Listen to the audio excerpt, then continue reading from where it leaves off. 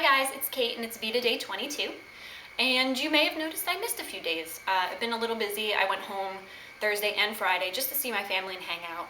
So it was hard because I go right after work and then I don't come home until late. So I just didn't get a chance to make some videos. Thursday's topic was to do something musical, and I saw this ahead of time and never planned for it, and then I don't have anything prepared right now, so I'm going to skip that for now and hopefully bring it back to you a little later this month. Yesterday's topic was to talk about things that are meaningful to us, and I have two answers. The first is a physical thing. This is a pillow I got when I was about 3 or 4 years old. My papa brought me to a Hallmark store, I guess, or something similar, like a gift shop, full of stuffed animals. I can still remember it. And he brought me there and let me pick out what I wanted, thinking I was gonna pick, like a teddy bear or a stuffed animal, like something cutesy and fluffy, and I picked this. Not that that means, it's just a little weird. It's a little bit of a weird choice, but it means so much to me, and I've had it since then. And he passed away when I was younger, when I was only like 9 or 10 years old, so it has a lot of meaning to me, and I hold on to it, and I clearly still have it. The arm has been sewn back on. The other meaningful thing is an experience, and that was Bloggers in Sin City.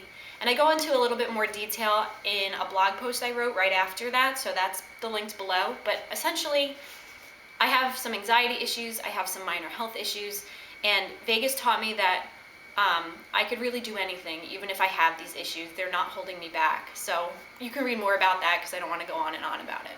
Today's topic is to talk about who you were 10 years ago, which is easy for me to do because 10 years ago was actually when I graduated high school and went to college. So it's a transitional period that's easy to go back to mentally and be like, this is exactly how I was.